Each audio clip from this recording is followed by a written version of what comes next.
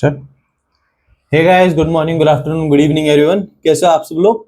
I hope सब अच्छे होंगे, right? Everyone are doing the studies very well. And हमारा कौन सा चैप्टर हुआ था? We were doing about we were studying about poverty in India, right? Poverty के बारे में हम लोग सीख रहे थे यहाँ पर। Battery without wasting any time, we'll just start with our chapter right now.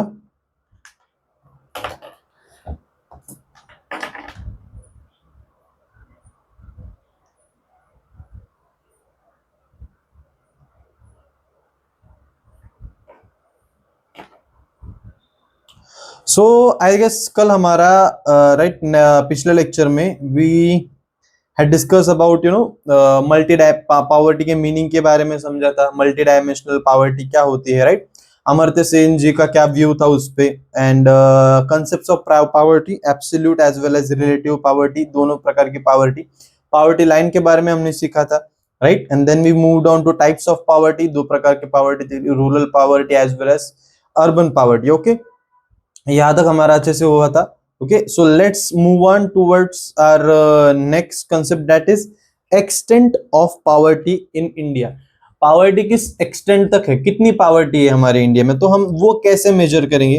How will be it measured? It is measured by poverty ratio. It is measured by poverty ratio. So what is poverty ratio? It is the ratio of number of poor people to the population. For example, एक देश की population 100 crore से, right? 100 crore से उसमें से जो है 20 crore people है वो पुअर है, बिलो पॉवर्टी लाइन है, they are under poverty. So what will be the poverty ratio? It will be 20 divided by 100 into 100, that is 20% of the people are under poverty. So that is what poverty ratio is. It is the ratio of number of poor per people to the total population. Studies were conducted by individual economists as well as research institutes to ascertain the extent of poverty in India. Since 1962, the Planning Commission had appointed several working groups, task force and expert committees for estimation of poverty. ये estimate करने के लिए बहुत सारे task force, working group और committees को क्या किया गया, अपॉइंट किया गया। इसमें बहुत मेन पार्ट यही था कि आपको पता चले कि what is poverty ratio. Obviously, so what is poverty ratio? It is the ratio of the number of poor to the total population, ratio of the number of poor to the total population. Estimates of poverty, poverty का estimate कैसे किया जाता है? Earlier जैसे हमने अभी तक सीखा, पॉवर्टी को कैसे किया जाता था। एब्सोल्यूट पॉवर्टी हमने देखा था, राइट? बेसिक पॉवर्टी का जो है एब्सोल्यूट पॉवर्टी, वो कैलोरी इंटेक पे था, राइट? कैलोरी इंटेक पे था। फॉर एग्जाम्पल, जैसे कोई इंसान फॉर एग्जाम्पल नहीं, अकॉर्डिंग टू एब्सोल्यूट पॉवर्टी 2400 जो कैलोरीज है उसके ऊपर अगर वो खा लेता है, so he will be not termed as absolute power, I mean absolute गरीब। गरीब को क्या कहा जाता है? पुअर। ओके, 2 मिनट के लिए वर्ड ही भूल गया था। He will be not termed as absolute poor, power बोल दिया था। He will be not termed as absolute poor. So बस पेट भर गया मतलब ही पॉवर्टी निकल गया, ऐसा होता है क्या?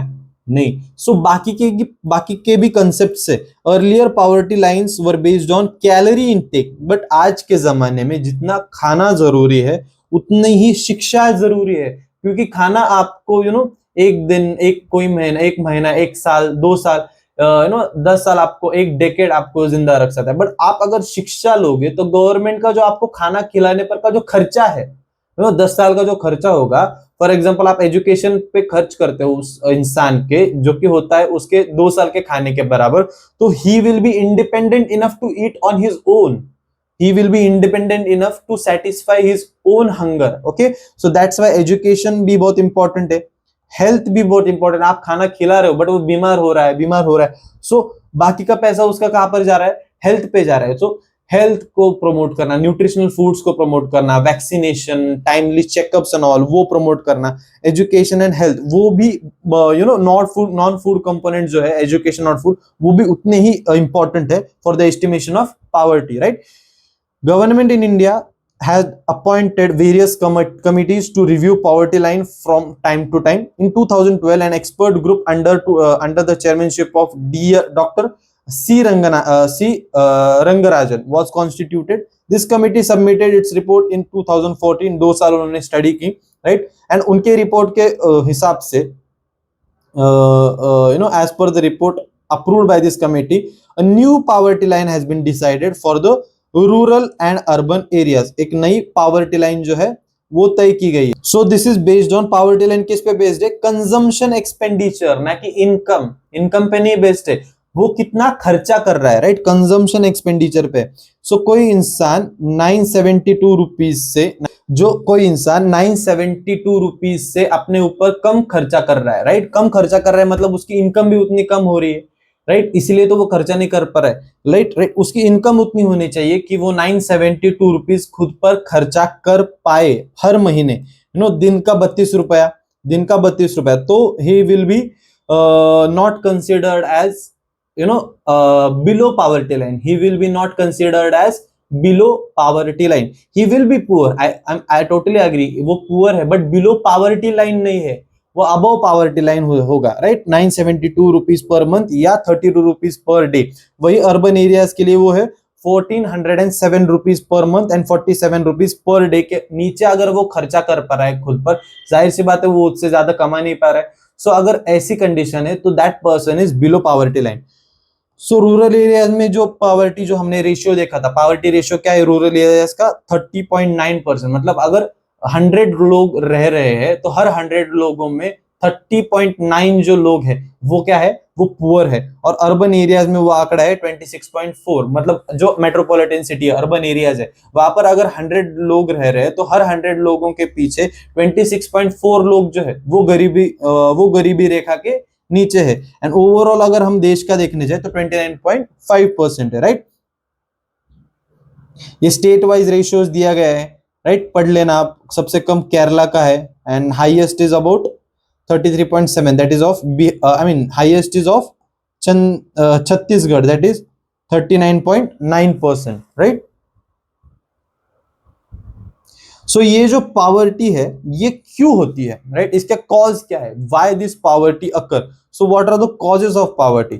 सो कॉज ऑफ पावर्टी है, फर्स्ट कॉज यहां पे लिखा गया है पॉपुलेशन एक्सप्लोजन. पॉपुलेशन एक्सप्लोजन का आपको अच्छे से मीनिंग पता है, राइट. इकोनॉमिक ग्रोथ जितनी होती है उससे कई ज्यादा पॉपुलेशन बढ़ती है. इकोनॉमिक ग्रोथ जितनी होती है उससे कई ज्यादा पॉपुलेशन बढ़ जाती है. So economic growth and population doesn't go hand in hand. So इस वजह से क्या होता है, जितना हम पैसे कमा रहे हैं उतने जितना हम पैसे कमा रहे हैं वो पर्याप्त नहीं है जितने लोग हमारे यहाँ पर है खाना खाने के लिए, राइट. सो अगर हम ऐसा देखने जाए कि पहले 4 लोग थे एक फैमिली में एंड उस फैमिली की मंथली इनकम थी 20,000, राइट. अभी उस फैमिली में क्या हो गए हैं, 8 लोग हो गए हैं, बट इनकम उतनी है, इकोनॉमिक ग्रोथ उतनी है, बट एक आदमी पे यहाँ पर 5,000 रुपए खर्च होता था, खर्च होता था. अभी अनइक्वल डिस्ट्रीब्यूशन हो रहा है, राइट. कभी कभी क्या होता है, 4 लोगों पर हम क्या करेंगे, 3,000 रुपए डिस्ट्रीब्यूट करेंगे क्योंकि वो कोर मेंबर्स थे, राइट. सो 12,000 वहां पर गए, बाकी के जो 8,000 है वो इन पर खर्च हो गए, 1,000 बाकी के 4 लोगों पर खर्च हो गए, राइट. कोई लोग क्या कहेंगे कि हम पहले से यहाँ पर तो हमें 3,000 रुपए चाहिए, पहले हम पर 5,000 रुपए खर्च होता था, we are compromising on that. So 3,000 खर्चा हो रहा है अभी उन पर, और बाकी जो 4 लोग उन पर 1,000 खर्च हो रहा है, राइट. आप समझ पा रहे हो? So that will be termed as unequal distribution. इस वजह से क्या होता है, पॉपुलेशन एक्सप्लोजन की वजह से अनइक्वल डिस्ट्रीब्यूशन हो रहा है of resources among rapidly growing population and has led to deprivation of basic facilities causing widespread poverty. Okay, so second point is slow economic growth. Obviously slow economic growth due to slow agricultural development, slow industrial growth. Agriculture का जो production है, जो produce है, वो eight medium pace या फिर slow pace बढ़ रहा है. जिस पेस से पॉपुलेशन बढ़ रही है उस पेस से जो है इकोनॉमिक ग्रोथ नहीं बढ़ पा रहा है. It cannot go hand in hand, नहीं जा पा रहा है.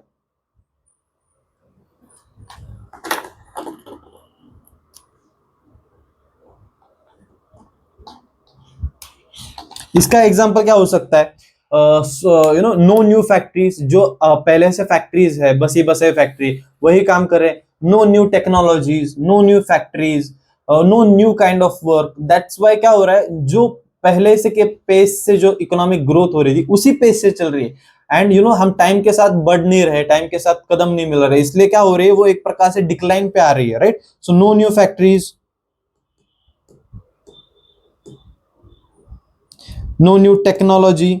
इसके ना होने की वजह से जो है rate of growth of economy जो है वो कम होती जा रही है। एंड इसका रिजल्ट क्या आ रहा है, पावर्टी बढ़ रही है, low standard of living, right. Standard of living कम होते जा रहा है। जिस हिसाब से लोगों ने खाना खाना चाहिए, न्यूट्रिशन पे ध्यान देना चाहिए, जिस हिसाब से घरों में रहना चाहिए, क्लोथिंग होनी चाहिए, एजुकेशन बेटर लेना चाहिए, तो वो स्टैग्नेंट हो गया है। और स्टैग्नेंट का होना का मतलब क्या हो रहा है, एक टाइम तक स्टैग्नेंट रहता है, रुका रहता है, ग्रोथ उसी पेस से चलता है। बट जब लोगों को, बाकी लोगों की एक रहने का स्तर बढ़ जाता है, when we compare it like जो रिलेटिव पॉवर्टी की तरह से हम अगर देखा जाए, रिलेटिवली हम इकोनॉमिक ग्रोथ को जगह अगर देखने जाए, तो स्टैग्नेंट ग्रोथ भी एक प्रकार से स्लो ग्रोथ की तरह होने लगती है, right.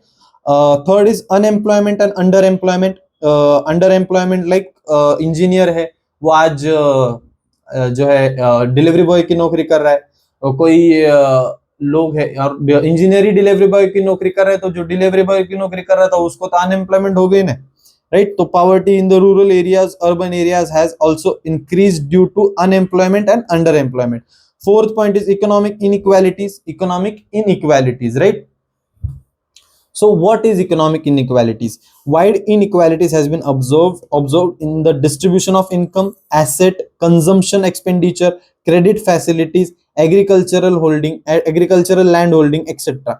So first is distribution of income, right, distribution of income, right. जो व्हाइट कॉलर जॉब्स है या फिर जो CEOs and all those people, उनकी जो सैलरी है वो एकदम हायर लेवल पे है, distribution of their income is at a very higher level, right. And जो ब्लू कॉलर वर्कर्स है, इलेक्ट्रिशियंस एंड ऑल, हम उनसे बार्गेनिंग करते हैं, कम ज्यादा करते हैं, बट हम वो हायर लेवल पे जब सैलरी मिलती है, क्रोर्स में लोगों की salary, I know doubt they have earned it, but जो इनइक्वल डिस्ट्रीब्यूशन होता है, CEOs get salary in crores, उसी तरह से जो ब्लू कॉलर्स, व्हाइट कॉलर, जो एंट्री लेवल जॉब्स है, उन्हें बहुत सारी कम सैलरी मिलती है। सो इनइक्वालिटीज रहता है डिस्ट्रीब्यूशन ऑफ इनकम में, राइट। जो क्रेडिट फैसिलिटीज है, जो अगर अमीर इंसान रहता है उसे लोन इजीली मिल जाता है, जबकि जो गरीब इंसान है उसे लोन की ज्यादा जरूरत रहती है। सो जो इनइक्वल डिस्ट्रीब्यूशन होता है, इनइक्वालिटीज होती है, लैंड होल्डिंग्स, जिसके पास बहुत सारा पैसा है वो बहुत सारी जमीन खरीद करके रखता है, स्टॉक करते रहते हैं उस जमीन का, जिस वजह से जमीनों की प्राइस बढ़ती है। और जो गरीब है, जिसे जमीन की जरूरत है खेती करने के लिए वगैरह वगैरह, सो उनके पास जमीन नहीं बचती है, agricultural land holding etcetera. This has also led to high incidence of poverty. इस वजह से क्या हो जाता है, गरीबी बढ़ जाती है, okay. Inaccessibility to infrastructural facilities, infrastructural facilities में आते हैं हॉस्पिटल्स, अच्छे roads, education like schools, colleges, right. ये जो इंफ्रास्ट्रक्चरल फैसिलिटी है ये एक्सेस नहीं कर पाता है जो गरीब है क्योंकि लैक ऑफ परचेजिंग पावर। अच्छी शिक्षा लेने के लिए पैसों की जरूरत होती है, अच्छे इलाज के लिए पैसों की जरूरत होती है, एंड अच्छा ट्रांसपोर्ट करने के लिए, एक जगह से दूसरी जगह पर जाने के लिए पैसों की जरूरत पड़ती है। सो इन सब चीजों के ना होने की वजह से, पैसों की कमतरता होने की वजह से ये सब चीजें लोग एक्सेस नहीं कर पाते, क्योंकि क्या हो जाता है, that is rise in price inflation में हम देखेंगे, प्राइस बढ़ जाती है, चीजों की प्राइस बढ़ जाती है, राइट। 40 किलो पर केजी राइस था फॉर एग्जांपल, और आज वो 60 किलो पर केजी है, बट इनकम उतनी ही रहेगी, लोगों की इनकम उतनी ही होगी, तो क्या हो जाता है, उनकी परचेजिंग पावर कम हो जाती है। जिस 100 रुपए में अगर वो 1 किलो चावल ले सकेंगे, आज उस 100 रुपए में वो 1 किलो चावल नहीं ले पा रहे, क्योंकि 1 किलो चावल 150 का हो गया है। सो परचेजिंग पावर के कम होने की वजह से, due to lack in purchasing power, infrastructural facilities such as energy, transport, communication, health and education are inaccessible to the poor. This perpetuates more poverty. Right? Inflation में पढ़ेंगे, inflation refers to a continuous rise in price level, essential commodities, especially the food items, growing demand for food items and its insufficient supply causes the price to rise tremendously. This results in low purchasing power, right? अगर 100 kilo में 100 रुपए KG rice है, आज वो 100 रुपए KG rice 150 रुपए KG हो गया, राइट? 150 रुपए केजी हो गया। बट इससे क्या हो गया, इनकम जो है वो इंसान की समझो 10,000 है। जब 100 रुपए केजी था तब भी 10,000 थी, आज 150 रुपए केजी है तब भी 10,000 है। सो उस 10,000 की जो वैल्यू है वो कम हो गई, राइट? उससे जो परचेजिंग हो सकती थी आज वो उस 10,000 की पावर कम हो गई है, राइट? सो उससे क्या हो जाता है, making the poor still poorer. मतलब अगर इनकम बढ़ भी जाती है, राइट? अगर इनकम बढ़ भी जाती है, 11,000 हो जाती है, फिर भी उतनी नहीं बढ़ी जितनी बढ़नी चाहिए थी, 15,000 होनी चाहिए थी, बट वो 11,000 हुई। इनकम बढ़ी जरूर है बट इतनी नहीं बढ़ी कि जितनी से वो क्या कर सकता है, पॉपुलेशन इन्फ्लेशन को टैकल कर सकता है। जब 100 रुपए किलो राइस था तब वो जितना गरीब था, आज 11,000 रुपए उनकी सैलरी हुई है, 10,000 से लेके 11,000, वो और ज्यादा गरीब हो गया है। आप अच्छे से समझ लीजिए, क्योंकि जो कीमतें है वो इतनी बड़ी है। फॉर एग्जांपल 10% से इन्फ्लेशन बढ़ गया बट आपकी सैलरी 5% से बढ़ी है। जब जीरो था तब आप ज्यादा अमीर थे, rather than increase in your salary with 5%, right? So that's what inflation is. Regional imbalance, जैसे महाराष्ट्र में अगर आप देखने जाओ कि जो ये खेड़े गांव रहते हैं, गांव का एरिया रहता है, वहां पर ज्यादा इंडस्ट्रीज नहीं थी, वहां पर ज्यादा एम्प्लॉयमेंट नहीं रहता है as compare to Pune, Mumbai. So there is a regional imbalance. क्या होता है, regional imbalance also cause poverty. States such as Orissa, Bihar, Madhya Pradesh, Chhattisgarh, Jharkhand, Sikkim, Arunachal Pradesh, Assam, etc. lag behind in terms of economic development, and therefore they have high poverty ratios. High poverty ratios, right? Vicious circle of poverty. Vicious circle of poverty. पहले क्या होता है, महंगाई के बढ़ने की वजह से, जैसे महंगाई बढ़ी, 10% से महंगाई बढ़ी, फॉर एग्जांपल 50% से महंगाई बढ़ी थी, 100 किलो का राइस 150 का हो गया था। सो उस वजह से आपका जो इनकम है वो कम हो गया। सो नेशनल इनकम कम हो गई। नेशनल इनकम कम हुई तो आपका पर कैपिटा इनकम कम हुआ। अगर आपकी इनकम कम हुई तो आप सेविंग्स कम कर पाओगे, राइट? अगर सेविंग्स कम हुई तो आप कैपिटल नेक्स्ट इन्वेस्टमेंट के लिए आपके पास कैपिटल कम होगा, राइट? अगर कैपिटल कम होगा तो आप इन्वेस्ट कम कर पाओगे। इन्वेस्ट ही नहीं कर पाओगे तो उस पर रिजल्ट्स कैसे आएगा, उस पर गेन्स कम आएगा, राइट? प्रोडक्शन कम होगा, और प्रोडक्शन जब कम होगा तो जाहिर सी बात है लोगों को एम्प्लॉयमेंट नहीं मिलेगी। सो एम्प्लॉयमेंट नहीं मिलेगी तो नेशनल इनकम लो होगा। ये जो सर्कल है ये चलते ही जाता है।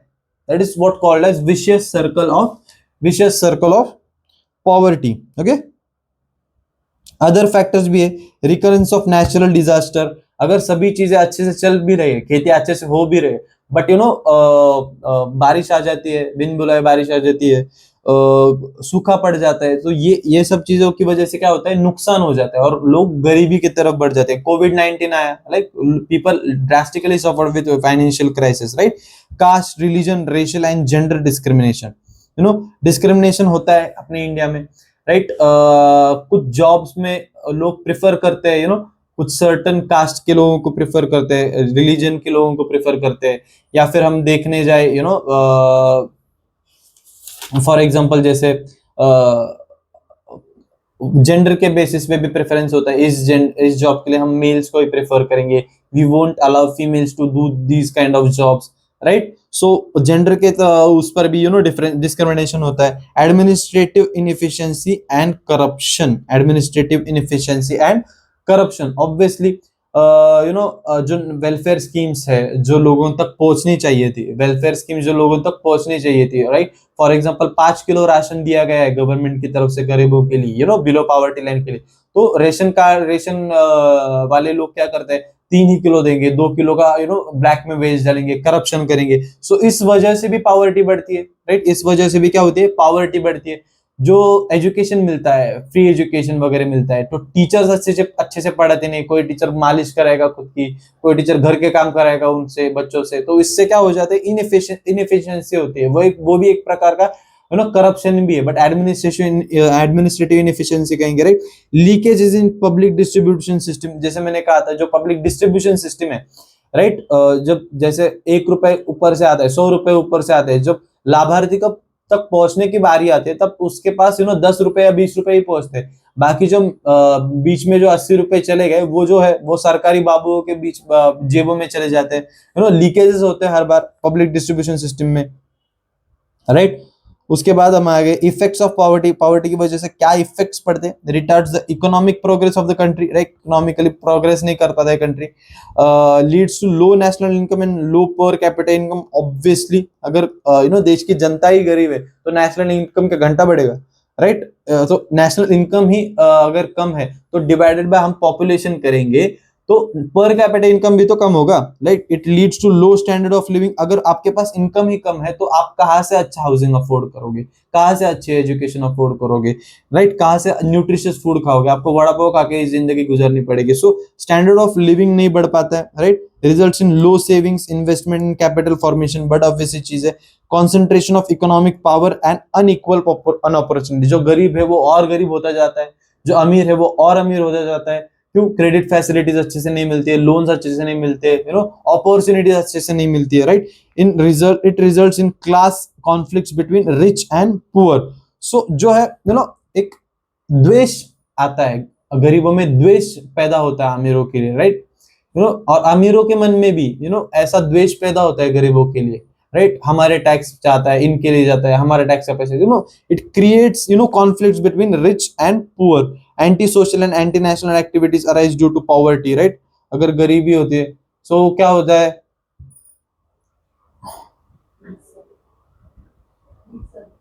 हाँ हाँ हाँ,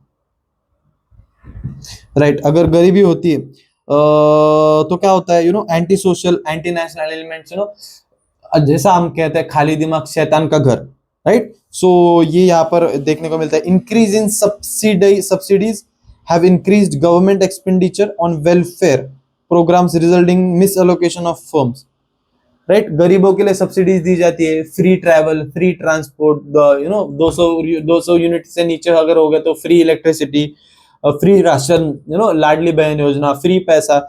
ये जो फ्रीबीज बांटी जाती है इसकी वजह से क्या होता है, एजुकेशन पे सरकार खर्च नहीं कर पाती है, इंफ्रास्ट्रक्चर पे सरकार खर्च नहीं कर पाती है, राइट। सो मिस एलोकेशन होता है रिसोर्सेस का, झट से गरीबी गरीबों को खुश करने की प्रयत्न किया जाता है, right.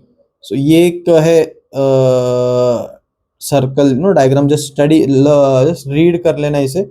General measures to eradicate poverty, okay. Final solution पे आ जाते हैं हम लोग। गरीबी है, we have accepted it, but इसे इरेडिकेट कैसे किया जाता है। We should control on population, right, we should control on population. Welfare program ले आने चाहिए, family welfare. Control of population मतलब कंट्रोल ऑफ अनप्रोडक्टिव पॉपुलेशन भी हो सकता है। जो पॉपुलेशन आपके पास है उसे प्रोडक्टिव बनाकर जो अनप्रोडक्टिव पॉपुलेशन है उसे भी कंट्रोल में लाया जा सकता है, राइट। अपने पॉपुलेशन को अपना बल बनाकर, ताकत बनाकर उसे अच्छे से ट्रेन वगैरह कर किया जाना चाहिए। फैमिली प्लानिंग पॉलिसीज आनी चाहिए, वेलफेयर पॉलिसीज लानी चाहिए to be introduce to keep check over the population growth. Agriculture के बारे में, agriculture, farmers are provided with cheap credit facilities, farmers should be provided with cheap credit facilities, सस्ते दामों में उन्हें लोन मिलना चाहिए, जिससे जो इनका प्रॉफिट शेयर है वो बढ़े। अगर प्रॉफिट शेयर बढ़ता है, ब्याज में ज्यादा पैसा नहीं जाएगा तो ऑब्वियसली उनकी इनकम बढ़ेगी, right. Government should announce MSP. MSP का मतलब क्या होता है, मिनिमम, जो यहाँ पे लिखा है सपोर्ट प्राइस। फॉर एग्जाम्पल उसने 10 क्विंटल गेहूं राइस का प्रोडक्शन किया, मार्केट में उसका रेट मिल रहा है 1900 रुपीज पर क्विंटल, बट किसान को उसे बनाने में कितना खर्चा हुआ है, 1800 रुपीज पर क्विंटल हुआ है। अगर वो 1900 में बेचेगा तो 100 रुपए पर क्विंटल ही उसे फायदा होगा। सो गवर्नमेंट क्या करती है, एमएसपी लाती है, मिनिमम सेलिंग प्राइस, कि आप टेंशन मत लो, हम 2200 रुपए देंगे ही देंगे आपको, हम आपको 2200 रुपए देंगे ही देंगे, जिससे क्या होता है उन्हें पर क्विंटल कितना 400 रुपए का फायदा हो जाता है। और अगर मार्केट रेट जब 1900 रुपए अगर बढ़कर 2800 रुपए हो जाता है, अगर बढ़कर 2800 रुपए हो जाता है तो they can sell in market also as well as they could MSP लेकर एमएसपी पे भी सेल कर सकते। सो ये एक फायदा होता है। अगर मार्केट रेट गिर जाता है तब एमएसपी का किसानों को क्या होता है, फायदा मिल जाता है, right. So that's what about MSP agricultural में जो था। Rural works, employment opportunities are provided to the poor through construction of rural roads, irrigation projects, rural electrification. मतलब इस पॉइंट्स में क्या कहा जाता है, रूरल वर्क, अगर उस गांव में सड़क बन रही है तो उस गांव के युवाओं को वहां पर नौकरी मिलनी चाहिए। अगर उस गांव में इरिगेशन प्रोजेक्ट आ रहा है तो उस गांव के युवाओं को या उस गांव के पॉपुलेशन को वहां नौकरी मिलनी चाहिए। अगर उस गांव में इलेक्ट्रिफिकेशन हो रहा है तो उस गांव के युवाओं को उसमें ट्रेनिंग देकर उन्हें वहां पर नौकरी देनी चाहिए, राइट। ना कि शहर से लोगों को लाकर यहाँ पर उस काम में इम्प्लीमेंट किया जाने की बजाय गांव के लोगों को ही उस गांव में नौकरी दी जानी चाहिए। Rural industrialisation to promote employment in rural areas, emphasis has been laid on setting up of small scale and cottage industries, right. गांवों को प्रोत्साहित किया जाना चाहिए कि आप अपने यहाँ पर जो है डेयरी फार्मिंग चालू कीजिए, या फिर एनिमल हस्बेंड्री चालू कीजिए, या फिर हैंडलूम इंडस्ट्री चालू कीजिए, पॉटरी इंडस्ट्री चालू कीजिए, राइट। या महाराष्ट्र में जो पैठनी साड़ी रहती है, राइट, वो उस पैठनी साड़ी के आप शाखा ओपन कीजिए, पूरा गांव मिलकर साड़ियां बनाइए, राइट। सो इंडस्ट्रियल रेवोल्यूशन आप गांव में लाइए। मिनिमम वेजेस मतलब अगर कोई बंदा काम कर रहा है उसे कम से कम एक स्पेसिफिक इनकम आनी चाहिए जिससे वो खुद पर इतना खर्चा कर पाए। अगर वो रूरल एरिया में रह रहा है तो महीने में 972 रुपीज खुद पर खर्च कर पाए, या फिर महीने में 1407 रुपए खर्च कर पाए अगर वो अर्बन एरियाज में रहने वाला है। तो मिनिमम वेज जो है वो ये सुनिश्चित करता है कि लोगों को कम से कम इतना पैसा तो मिले ही अगर वो एम्प्लॉयमेंट में है, right. Public distribution system, food security, food grains are made available to the poor at highly subsidize rate, जैसे रेशन की दुकान होती है, through ration shops under public distribution system, right. Ration card होता है, उससे आपको क्या मिलता है, सब्सिडाइज रेट पे क्या मिलता है, फूड ग्रेन्स मिलता है। नेशनलाइजेशन ऑफ बैंक, अगर प्राइवेट बैंक्स है तो प्राइवेट बैंक्स खुद का प्रॉफिट देखती है, बट अगर उस बैंक को नेशनलाइज किया जाए तो नेशनल बैंक जो है बिगर पिक्चर देखती है, ना कि खुद का प्रॉफिट देखते हुए लॉन्ग टर्म में देश को कैसे फायदा मिल रहा है इस पे ज्यादा ध्यान देती है। रेदर देन प्राइवेट बैंक क्या करेंगे, हम 10% इंटरेस्ट लेंगे किसानों से, राइट। सो हमें फायदा ज्यादा होगा। बट गवर्नमेंट अगर वो बैंक को नेशनलाइज करती है तो वो बैंक का सोचने का नजरिया चेंज हो जाता है, राइट। हमें किसानों का हित देखना है, लॉन्ग टर्म में हमें फायदा जरूर होगा, so we will give the loan at 4% per annum, right. उस इंटरेस्ट रेट से हम लोन देंगे। So it was taken under 1969 1980। बहुत सारे बैंकों का एसबीआई को नेशनलाइज कर दिया, राइट, या फिर बैंक ऑफ महाराष्ट्र उसे नेशनलाइज कर दिया, पंजाब नेशनल बैंक उसे नेशनलाइज कर दिया, राइट। प्रोग्रेसिव टैक्स मेजर मतलब जो जितनी इनकम कमाएगा उसे उतना ज्यादा टैक्स भरना होगा, राइट। मतलब गरीबों को कम टैक्स भरना पड़ेगा, आप जितना इनकम ज्यादा करोगे आपको उतना टैक्स भरना पड़ेगा। क्योंकि अगर आप 10 करोड़ भी कमाते हो और 3 करोड़ या 4 करोड़ आप टैक्स में देते हो, आपके पास उतने 6 करोड़ है ही, माना कि वो आपका हक का पैसा है जो टैक्स में जा रहा है, but you can live a pretty luxurious life with those money also. But ऐसा अगर हम गरीबों के साथ करें, 10,000 कमाते हैं और हम 4,000 रुपए टैक्स में ले जाए उनसे, तो 6,000 में वो कैसे अपना जीना गुजारा करेंगे, राइट। सो 10,000 उनपे 10 रुपीज 20 रुपीज, मतलब इतना नहीं लेते, जस्ट फॉर एग्जाम्पल मैं आपको बता रहा हूँ, उस हिसाब से टैक्स लेना चाहिए। एजुकेशन, आप खाना बांटोगे, एजुकेशन कभी भी आपको पूरी लाइफ के लिए आपको पॉवर्टी से बाहर निकालने की ताकत रखता है, right. So education is one of the most important factor to increase the enrolment ratio for primary education is been made for free compulsory for all, free education for girls. Mid day meal programs, अगर school में खाना मिलने लग जाए तो बच्चे खुद ब खुद स्कूल में आना चालू हो जाएंगे। Sanitation and safe drinking water have also been provided. Affordable housing scheme, जैसे पीएम आवास योजना, या फिर हमारे यहाँ पर देखा जाए घरकुल योजना रहती है, राइट। पीएम आवास योजना, उसमें क्या होता है, अफोर्डेबल हाउसिंग दी जाती है, जिससे जो गरीब लोग हैं, जो झुग्गी झोपड़ियों में रहते हैं या फिर टूटे फूटे मकानों में रहते हैं, उन्हें भी अपलिफ्ट करके फ्लैट्स में ले जाने की कोशिश की जाती है, उनकी स्टैंडर्ड ऑफ लिविंग को बढ़ाने की कोशिश की जाती है।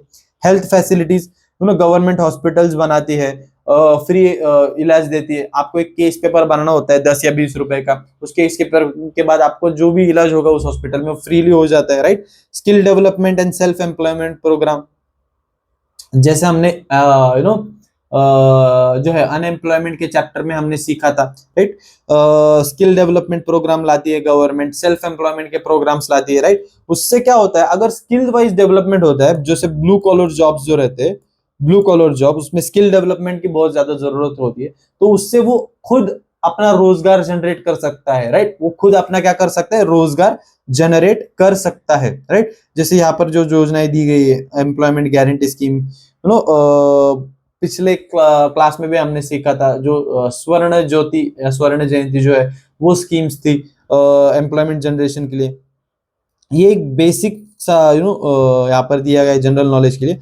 ये क्या है, येलो रेशन कार्ड है, जिनकी इनकम 15,000 से कम है, जिनकी इनकम 15,000 से कम है, उनके लिए येलो रेशन कार्ड है। जिनकी इनकम 1 लाख से लेके 15,000 के बीच में है, 1 लाख लेके 15,000 के बीच में है, उनके लिए सैफरन रेशन कार्ड है। जिनकी इनकम 1 लाख रुपीज से लेके ऊपर तक है, इनकम जो है 1 लाख रुपीज से ऊपर है, सो उनके लिए जो है व्हाइट रेशन कार्ड है, राइट। इसमें बहुत ज्यादा सहूलियतें मिलती है, इसमें उससे कम मिलते हैं, इसमें राइट कंपैरेटिवली इन दोनों से कम मिलती है, राइट। ओके, नीचे योजनाओं के बारे में भी दिया गया हुआ है। 17 October is observed as International Day for Eradication of Poverty, fill in the blanks alert, right. Poverty retards the economic progress of the country, therefore anti-poverty programs introduced by the government needs to be monitored time to time. Leakages of and bottlenecks needs to be identified and its effective for its effective implementation. So that was about the chapter poverty, poverty of India, poverty in India. सो क्या आपको अच्छे से समझ में आया? कोई doubts हो गए लेक्चर में, या फिर यू फील कि कोई कंसेप्ट अच्छे से समझ में नहीं आया, please do let me know in the comment section and I will short reply you in those comment section and अच्छे से सॉल्यूशन दे दूंगा। Till then happy studies, have a great day and bye bye, thank you.